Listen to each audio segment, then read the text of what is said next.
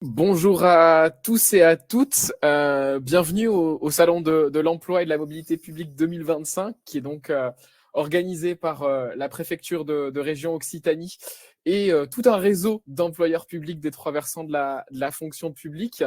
Avant d'accueillir nos trois intervenantes pour ce webinaire sur la mobilité, je vais juste vous préciser que vous participez aujourd'hui à la journée en distanciel et que tous les webinaires que vous allez pouvoir voir ou que vous avez peut-être déjà vus seront accessibles sur le lien que je vous envoie de suite en description. Vous rappelez également demain que plusieurs conseillers mobilité carrière, ça tombe bien, ça fera le lien avec notre webinaire, vont pouvoir faire des entretiens flash avec des agents de tous les versants de la fonction publique et on les en remercie. Et vous précisez également que ce salon qui est en distanciel a été complété ou va se compléter par tout un tas d'événements qui auront lieu dans vos départements. Je vous affiche là en direct les différents événements en présentiel autour de l'emploi public qui pourront avoir lieu dans les prochains départements. Prenez vos agendas, c'est important de le noter.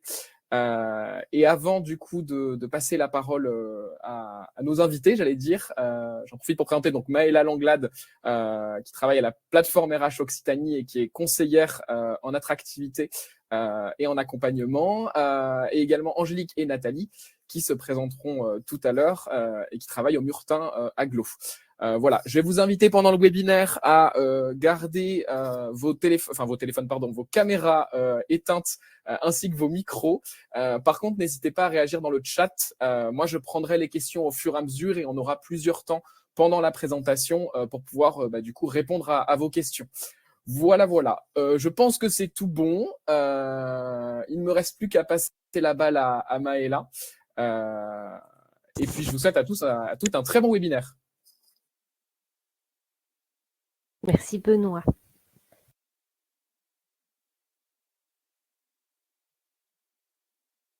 Alors, j'attends que tu changes le support. Je peux essayer de meubler. Super. Merci beaucoup Benoît. Ça me change ce coup-ci. C'est plus moi qui modère, c'est moi qui hop, je regarde. Je prends la main pour pouvoir changer les diapos. Merci. Alors aujourd'hui, on avait envie aussi dans ces webinaires de proposer quelque chose un peu plus à destination des agents publics. Alors effectivement, si vous n'êtes pas agent public, peut-être qu'une partie de ces choses ne vont pas vous intéresser, mais ça nous paraissait important de faire un petit zoom sur la mobilité et notamment comment oser la mobilité et plus particulièrement en vous appuyant sur le conseiller mobilité carrière ou conseiller en évolution professionnelle. On va voir ça plus en détail. Mais d'abord, je voulais vous rappeler une petite définition de ce qu'est la mobilité professionnelle. En fait, elle se définit comme une transformation ou un changement dans une situation dans le cadre de votre de cadre de travail. Et souvent, cette transition vers cette nouvelle étape, en fait, vers ce nouvel emploi, ça s'appuie sur un projet d'évolution professionnelle. On va voir qu'un projet d'évolution professionnelle, ça peut revêtir plein de formes. L'évolution, elle peut être ascendante, elle peut être sur un même niveau de poste, on peut même faire d'autres choix. Donc, c'est ce qu'on va aborder un peu superficiellement, mais qu'on verra plus en détail à partir d'un exemple. Alors en fait, derrière cette définition, il y a quand même plusieurs réalités, hein, parce que la mobilité, elle peut être choisie, c'est vous qui décidez, mais elle peut être également subie. Construire un parcours professionnel qui est adapté à ses propres attentes, ça reste l'idéal. C'est dans ce cas-là qu'on parle de mobilité choisie. C'est vous qui êtes acteur, c'est vous qui décidez ce que vous allez changer, ce que vous allez valoriser, vous allez identifier ce qui vous reste à acquérir, mais ça n'est pas toujours le cas. Parfois, un problème de santé, une contrainte familiale, un changement d'organisation, ça vous impose un changement de poste. Et là, on parle de mobilité contrainte. Mais par contre, il y a une chose qui est toujours commune sur ces deux situations, c'est que dans un cas comme dans l'autre, c'est l'agent qui reste l'acteur principal dans cette mobilité. Alors, la mobilité, ça a quand même certains enjeux, que ce soit pour l'agent comme pour l'employeur public. Pour l'agent, en fait, une mobilité, et même si elle est contrainte, c'est l'occasion de retrouver de la motivation, de développer des compétences et de la confiance en soi, d'augmenter parfois sa rémunération, ça peut, c'est quand on parlait des mobilités ascensionnelles tout à l'heure, ça peut être aussi différent, ça peut être pour améliorer sa qualité de vie, il peut y avoir des tas de choses positives qui découlent d'une mobilité. Mais ça n'est pas que pour l'agent.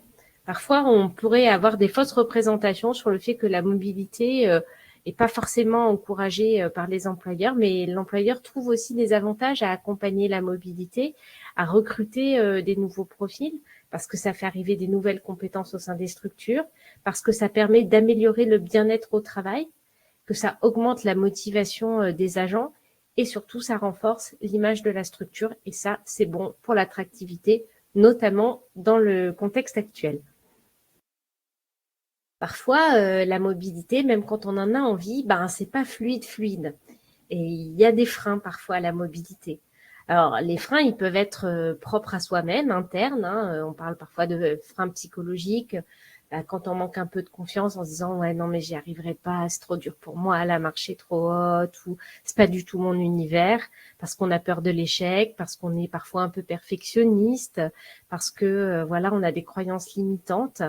Mais ça peut être aussi des facteurs externes environnementaux. Voilà, votre situation économique ne vous permet pas de prendre certains risques financiers. Vous êtes engagé sur des responsabilités familiales. Il peut y avoir des cas aussi de discrimination. Donc, il y a aussi d'autres choses qui peuvent relever de la structure dans laquelle vous travaillez. On parle de freins plutôt organisationnels ou structurels. Vous n'avez pas possibilité d'accéder à des formations. Vous êtes dans une petite structure où il n'y a pas forcément la facilité pour de la mobilité. Une certaine conception un peu rigide de la hiérarchie. Mais en fait, si on arrive à bien identifier ces freins, eh ben, on peut agir dessus.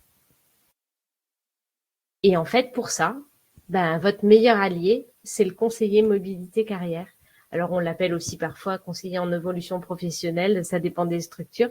Mais en fait, le solliciter, c'est généralement une bonne idée.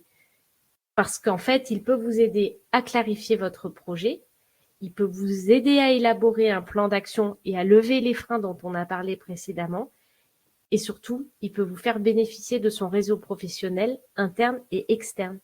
Le conseiller, en fait, il est là pour vous aider et vous soutenir à chaque étape. Et pour vous en convaincre, on a sollicité nos collègues de la communauté d'agglo du Murtin, Angélique et Nathalie, qu'on va laisser se présenter et puis qui vont vous parler d'une expérience de mobilité réussie. Les filles, je vous passe la parole. Nathalie, tu veux que je commence? Vas-y, Angélique. Donc, bonjour à toutes et à tous. Donc, je me présente, Angélique Amorel. Je suis alors conseillère mobilité parcours professionnel au sein du Murtin Agglo. Donc, comme l'a dit Maïla, le titre peut changer en fonction des collectivités, mais les missions généralement restent les mêmes. Donc, le Murtin Agglo, c'est une collectivité territoriale qui est située au sud de Toulouse. Pour ma part, j'ai rejoint cette belle collectivité il y a à peu près 1 an, avec comme mission d'accompagner les parcours professionnels et les projets de mobilité. Donc, mon rôle dans la collectivité, c'est d'accueillir les agents, les écouter, les orienter et les aider à construire leur futur projet professionnel. Parce que comme l'a dit Maïla, la mobilité parfois peut être subie ou choisie et il peut résider un flou dans le futur professionnel. Donc, je les aide à construire leur nouveau projet. Ça passe par un état des lieux de leur parcours professionnel passé. Donc, je les aide à identifier leurs compétences, leur savoir-être, leur motivation profonde pour définir leurs nouvelles aspirations professionnelles. Donc, ça passe par des entretiens où je viens les questionner sur quelle mission ils veulent faire aujourd'hui, dans quelle direction, pour quel poste, vraiment se poser les bonnes questions pour porter un projet qui ait du sens pour eux, tout en tenant compte de la réalité de la collectivité. Et donc, à partir de cela, quand le diagnostic a été fait, que l'état des lieux est ficelé, que le plan d'action est en route, je les aide à valoriser leur parcours professionnel auprès de futurs responsables ou collègues qui peuvent potentiellement les accueillir soit en immersion dans la collectivité, soit sur des postes vacants. Voilà pour résumer très succinctement les missions d'une conseillère mobilité au sein du Murstag. Et donc, je laisse la parole à Nathalie, que j'ai eu la chance d'accompagner il y a peu de temps. Ouais, pas tout à fait un an. Alors, bonjour à tous. Alors, je suis Nathalie Jandel. Donc, j'ai été ATSEM pendant 21 ans. J'aimais mon métier. Et puis, j'ai pris 10 ans de disponibilité. Voilà, j'en avais besoin. Donc, j'ai travaillé dans le privé pendant 10 ans. J'ai été assistante commerciale. Et au bout de 10 ans, je suis revenue donc pour réintégrer mon poste d'ATSEM. Et quand je suis revenue, en fait, j'ai subi une opération et je ne pouvais plus donc faire mon métier d'ATSEM. Donc, j'ai été inapte à mon poste. Et donc, c'est là où j'ai rencontré Angélique. Voilà. Donc, à partir de là, ça a été une expérience, ça a bousculé tout mon quotidien, en fait. Vraiment, ça a bousculé mon quotidien. J'avais rien demandé. Et pourtant, je devais tout réinventer. Bon, j'ai 53 ans, je ne le cache pas. Donc, pas facile du tout. Je pense que c'est plus facile quand on est un peu plus jeune, peut-être. Mais, ou pas, mais voilà. Donc, en gros, voilà, j'ai été 21 ans à ATSEM et donc, je suis aujourd'hui, j'ai fait ce PPR donc depuis le mois de, j'y suis depuis décembre. Décembre. Voilà, donc après, s'il y a des questions ou… Peut-être ce qu'on peut dire, Nathalie, quand on avait préparé cette présentation, vous disiez que vous aimiez vraiment votre métier et oui. que ça n'avait pas été facile, en fait, c'est de quitter ce métier d'ATSEM. Non. Vous êtes allé voir Angélique, vous n'aviez pas tout à fait tourné la page de ce métier. Non, en plus, je m'y attendais pas forcément. Je pensais que ça allait être, qu'on allait me remettre sur mon poste avec… comment on dit ça Des aménagements. Avec un aménagement de poste. Donc, j'étais pas du tout dans l'inapte complet. Donc, oui, donc le temps d'acceptation a été très long. Angélique peut vous le dire. Ouais, le temps d'acceptation a été très long. Faire le deuil d'un métier, ça a été très compliqué pour moi, hein, très compliqué. Et en même temps, ce temps d'acceptation long, et je pense qu'il a été vraiment nécessaire. Il est nécessaire. J'ai mis beaucoup de temps. Si je peux compléter pour les personnes qui nous regardent, Nathalie a fait une demande de réintégration après 10 ans de disponibilité. Et au vu de la visite médicale, une saisine du conseil médical a été demandée pour vraiment vérifier l'aptitude au poste. Et donc, l'accompagnement a débuté quand le conseil médical a statué sur une inaptitude aux fonctions du grade et du poste, parce qu'à ATSEM, c'est le poste et le grade, c'est la même chose. Donc voilà, ça a été le double choc en fait. C'est revenir dans une collectivité que j'ai quittée il y a 10 ans, si c'est bien ça, Nathalie, tu me complèteras. Et en plus d'entendre que je peux plus occuper les fonctions qui m'animaient jusqu'à là, quoi. Donc voilà, donc il y a eu besoin je pense, de beaucoup de réassurance. C'est ça, tout à fait. J'ai eu beaucoup de doutes, hein, comme voilà, c'est beaucoup de doutes, de la peur, parce que je ne connaissais rien du tout dans le métier de l'accueil, parce que j'ai fait une immersion dans l'accueil et le courrier, donc je connaissais rien du tout dans ces métiers-là. Les ordinateurs, pour moi, c'était tout ce qui est logiciel, ordinateur, c'était oh là là, très très peur de tout ça. J'y connaissais rien, donc vraiment, ça a été vraiment pour moi un début de plein de choses. Et voilà, en fait, faire le deuil, c'est vraiment une vraie étape, vraiment. Et alors, c'est pas un caprice, comme je disais, c'est pas une humeur. C'est une étape psychologique réelle qui est nécessaire et normale, je pense. Après, j'ai été alors très très bien accompagnée. Alors le premier mois, j'ai voulu tout arrêter. J'ai dit je suis pas faite pour ça, je vais pas y arriver. Ça me faisait vraiment peur.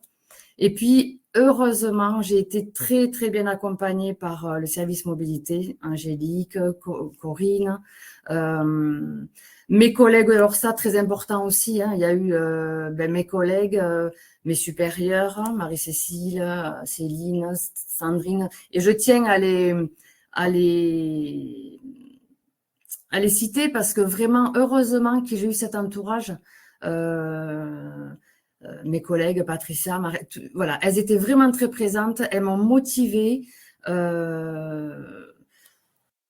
y a eu l'entretien, l'atelier passerelle aussi au centre de gestion, et qui là pour moi a été comment Une dire, révélation. Hein.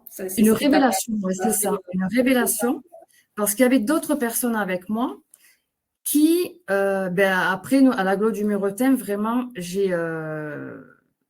on m'a soutenue, on m'a accompagnée vraiment exceptionnellement, vraiment. Hein. Et quand j'ai vu d'autres personnes avec moi à cet atelier passerelle, j'ai vu que ils n'étaient pas aussi bien accompagnés, que ils se cherchaient, ils avaient pas, ils avaient peut-être pas de poste même en immersion, et que ils étaient un peu perdus. Et je me suis dit, mais mince, j'ai quand même beaucoup de chance d'être accompagnée comme ça. Et donc, je suis revenue, j'ai dit à Angélique, allez, c'est bon, je fonce, on y va. Et mais bon, il y a eu tout, il y a eu le centre de gestion, Angélique, mes collègues, tout ça vraiment, c'est très important. Après, Tu veux que je complète un petit peu? Oui, pardon? Tu veux que je complète? Oui, vas-y, oui, bien sûr.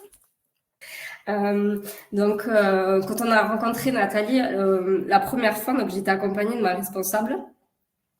Et de suite, nous, à sa présentation et à sa posture, on a la chance, donc j'ai la chance de travailler dans le service mobilité emploi, donc on a la connaissance aussi des besoins des autres services. Et on avait cette connaissance d'un besoin pour un poste d'accueil à l'hôtel communautaire. Et donc, dès sa présentation, avec son CV, son expérience professionnelle, avec ma responsable, on s'est regardé et de suite, on a réussi à détecter le potentiel. On lui a posé des questions. Elle s'en était pas rendue compte au départ sur ses capacités à tenir un poste d'accueil. Et comme tu l'as très bien dit, Maïla, tout à l'heure, les croyances limitantes, on la dent dure, surtout dans les projets de reconversion.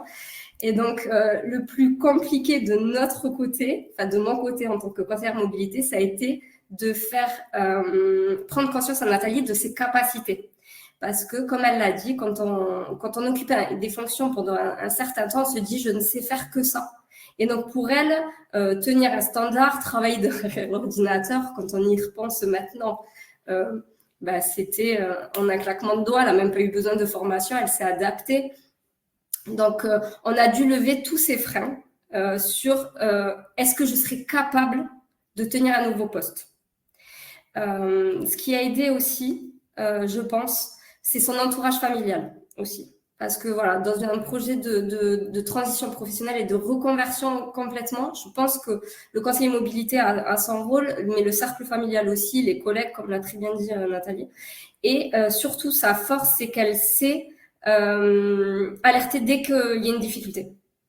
Donc, on a pu travailler vraiment très, très bien avec Nathalie parce qu'elle a su verbaliser dès le départ ses doutes et ses craintes. Et donc, c'est nous, en tant que professionnels au service RH Mobilité, de la questionner et de l'orienter pour lever ses freins et ses doutes qui au final, 1 an après, Nathalie, tu me confirmes, n'était pas spécialement fondée.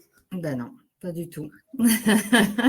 Donc, elle a été très proactive, elle a travaillé, après, elle s'est investie. Et voilà, et elle a eu l'opportunité de débuter très, très rapidement une immersion dans un service qui avait un besoin. Donc, ça peut être très stressant parce qu'on sait que derrière, il y a un poste vacant et donc on se met une pression encore plus en se disant si j'y arrive pas, ben, je perds cette occasion. Donc, tout le but, c'est d'échanger, d'avoir des rendez-vous réguliers et de vraiment ficeler ce projet professionnel en s'appuyant sur les compétences qu'on a acquises par le passé, celles qui sont manquantes et faire le point aussi sur les besoins de formation. Angélique, est-ce que tu pourrais nous dire à peu près à quelle fréquence vous aviez des rendez-vous au début, puis comment ça s'est duré dans le temps, juste pour qu'on ait une idée de comment ça se structure? Au début, je pense que j'avais Nathalie dans mon bureau tous les 2 jours. L'avantage, c'était qu'elle était au rez-de-chaussée et moi à l'accueil. Et donc, elle a eu beaucoup de doutes. Et donc, on s'est vu régulièrement à la demande. Généralement, je fixe des rendez-vous dans un premier temps pour faire un état des lieux, vraiment commencer ce travail d'introspection avec l'agent pour qu'il prenne conscience, comme tu l'as dit tout à l'heure aussi, que c'est lui l'acteur principal de sa mobilité, que moi, je suis pas là pour le faire, que c'est lui qui doit engager les démarches. Mais je suis là, moi, j'aime bien leur dire que je suis comme un GPS dans une voiture. Je leur donne une direction, mais c'est eux qui conduisent, quoi. Donc, généralement, on fait un premier entretien, on laisse décanter 2 semaines, le temps qu'ils se posent les bonnes questions. Et en suivant, dans le cadre de la PPR, j'essaye à minima tous les 2 mois, mais vraiment, et après à la demande, vraiment à la demande. Et j'avais une autre question. Est-ce que tu peux expliquer un peu ce qu'est le dispositif passerelle que propose le centre de gestion aussi? Bien sûr. Donc, c'est un dispositif qui est proposé par le centre de gestion de la Haute-Garonne pour les agents qui entrent en PPR.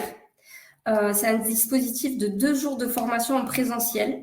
C'est un collectif de 6 agents qui ont choisi de bénéficier de ce dispositif. Et donc, c'est un rappel des attentes, des droits et une première entrée en matière pour la rédaction de CV, de lettres de motivation et de recherche d'emploi.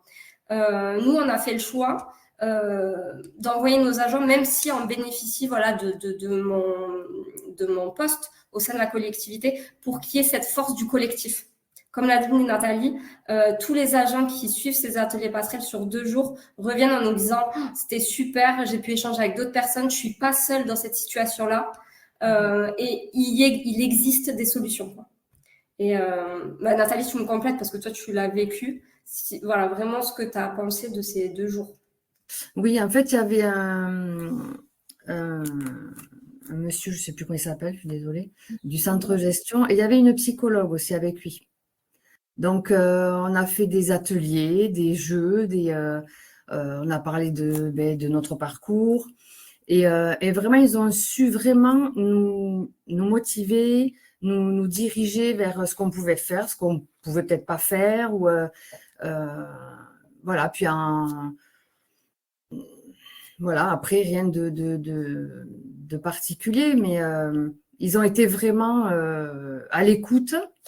Et parce que des fois, c'était pas facile, hein. Il y a des personnes qui disent des choses qui sont pas faciles à entendre, mais ils ont été vraiment à l'écoute et ils nous ont accompagnés très, très bien, vraiment.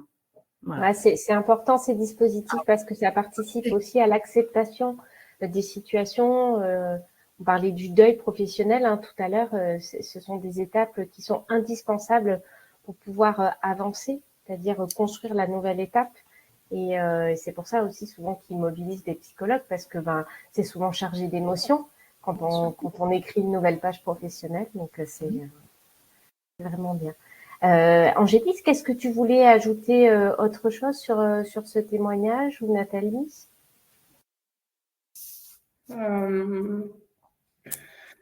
Qu'est-ce qu'on peut rajouter? Moi, j'ai des questions à vous poser, j'en ai plein. Ah bon.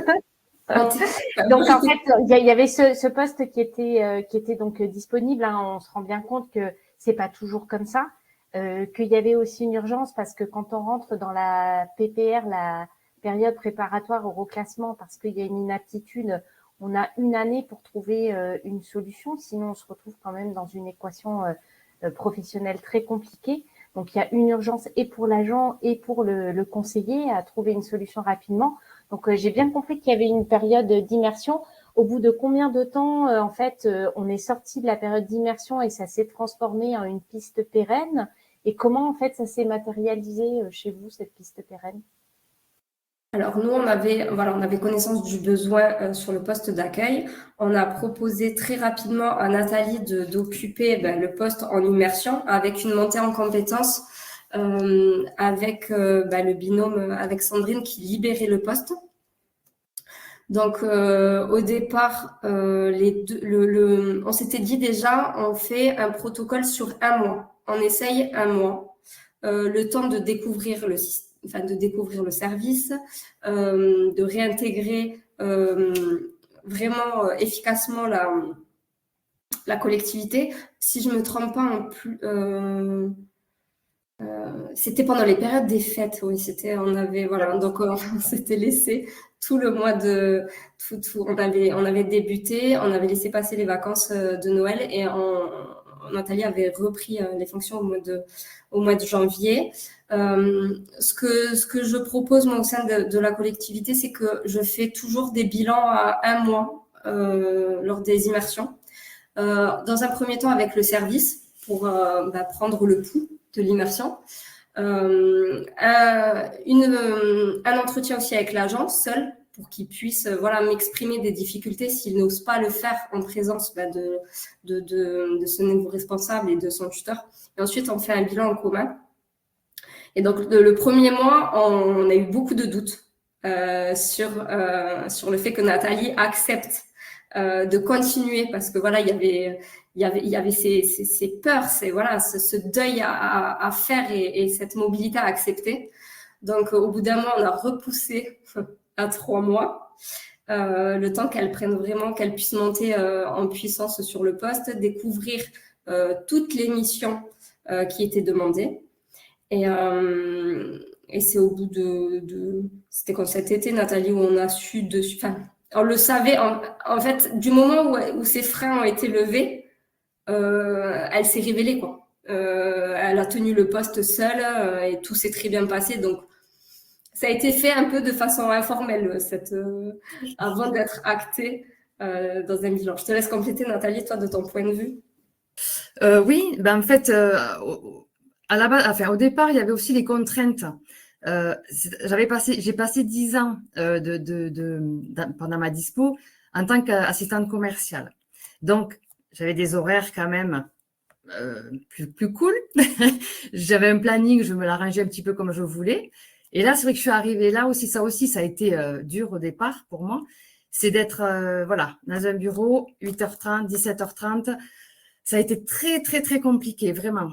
C'était vraiment un frein pour moi, un frein. Et puis, après, l'un dans l'autre, il s'est passé des choses. J'ai appris à connaître le poste. Et puis, en fait, on se met des barrières tout seul. On se met des barrières. On se dit qu'on va pas y arriver, que c'est trop dur, qu'on va être… Mais en fait, ce qu'il faut faire, c'est communiquer. C'est vraiment communiquer. Dès qu'on a un doute, on a quelque chose, il faut communiquer. Alors, ou avec le service mobilité, ou avec les collègues, ou dans le privé. Mais il faut vraiment communiquer et aller demander aux personnes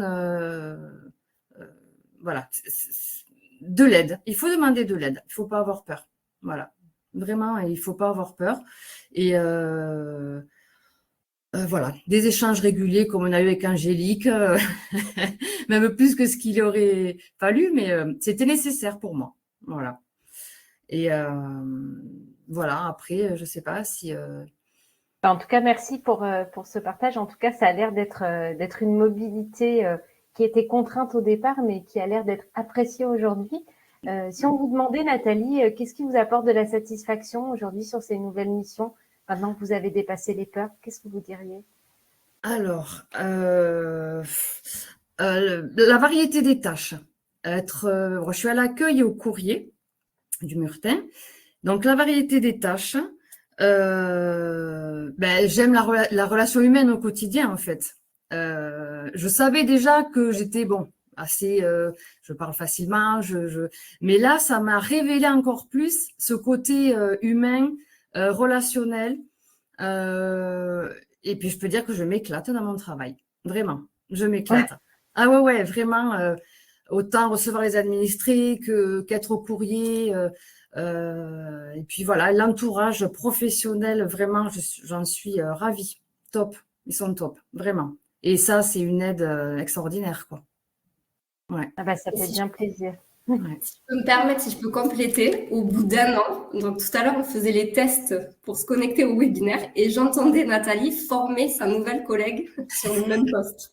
Donc, Oui. au bout d'1 an, voilà, elle est déjà, elle a tellement saisi le poste, s'est donné les moyens, voilà, de réussir que elle en devient formatrice. Ouais, pas tout à fait, mais bon. Ouais. Voilà.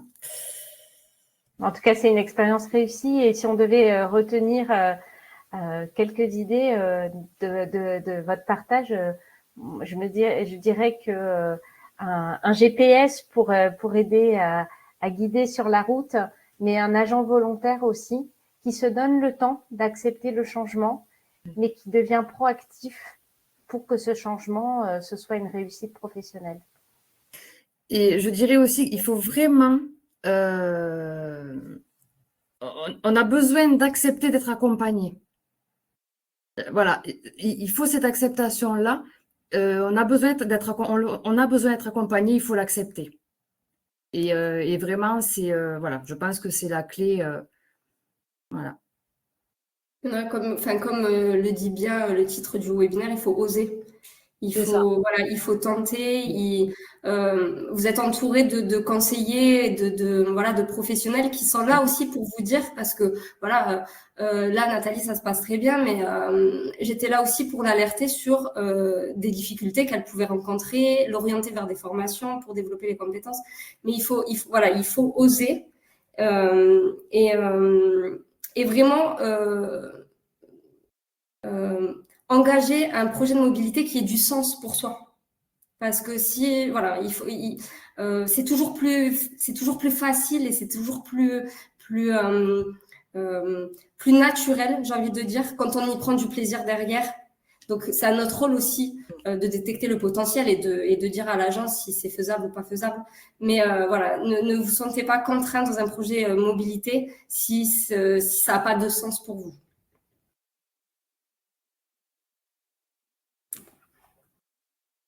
Merci.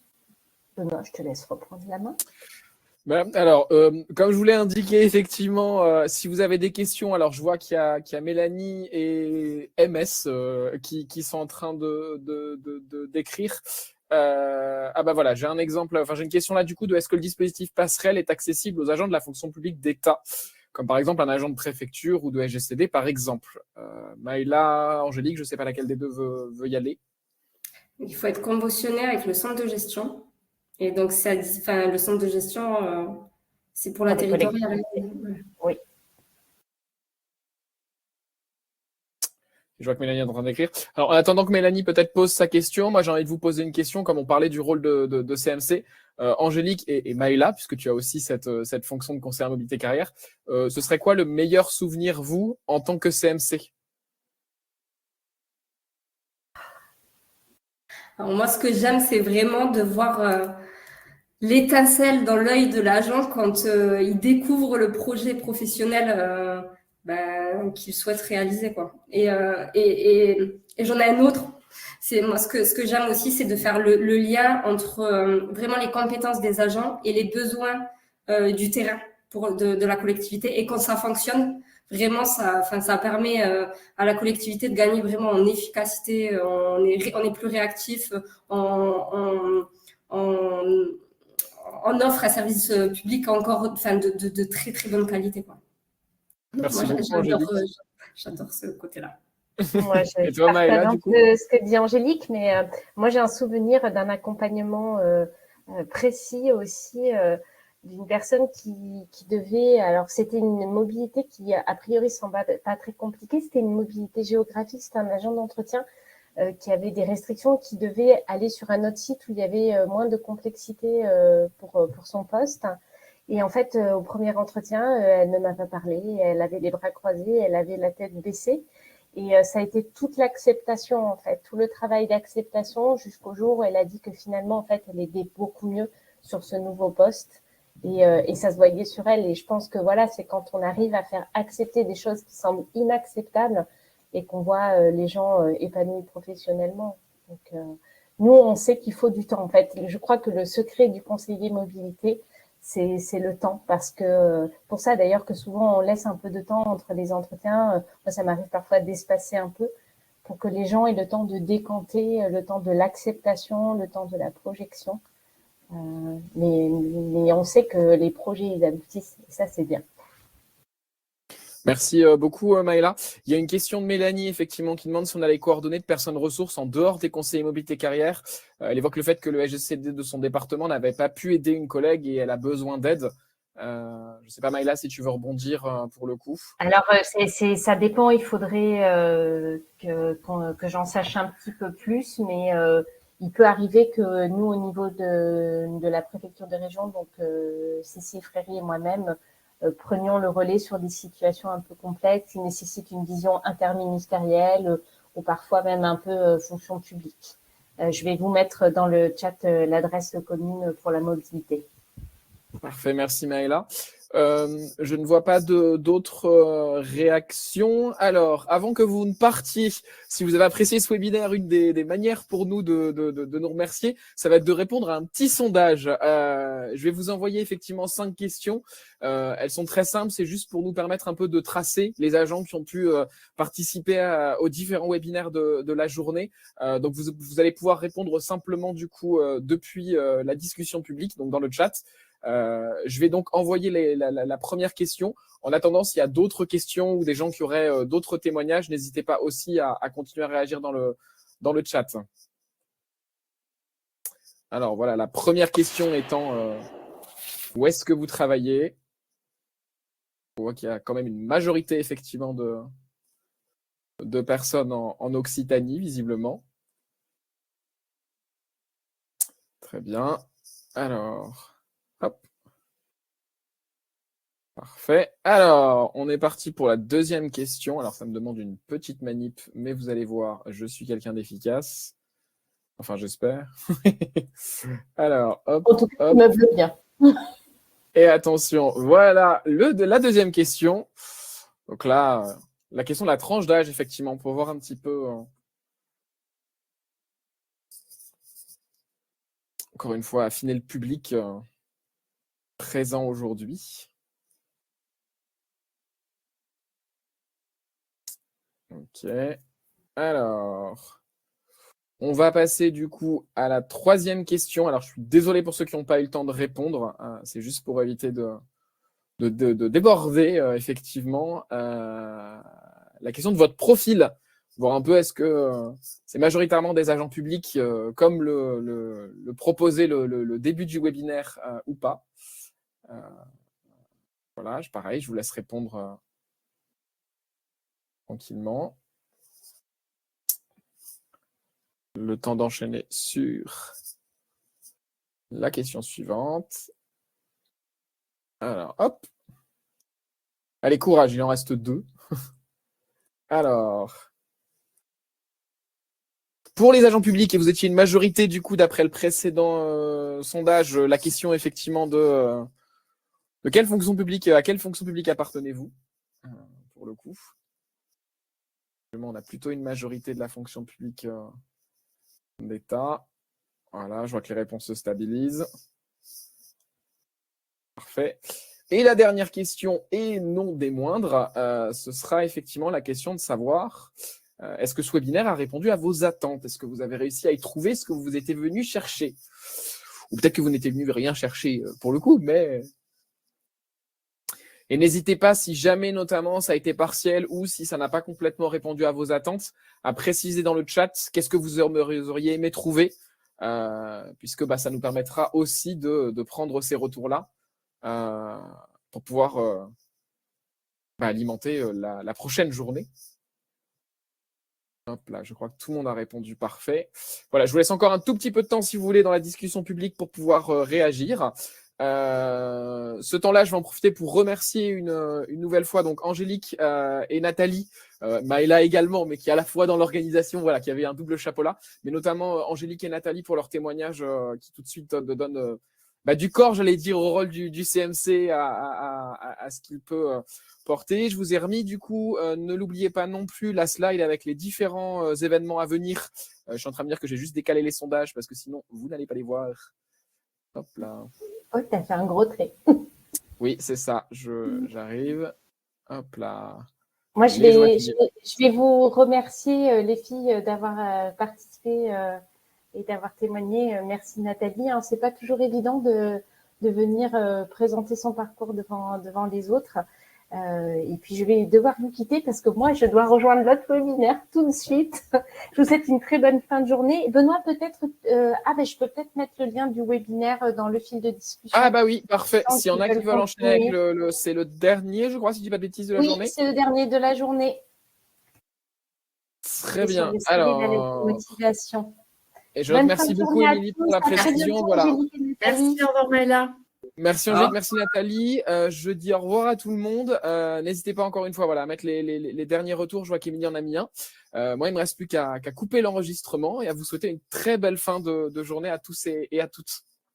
Merci beaucoup, au revoir. Merci, au revoir.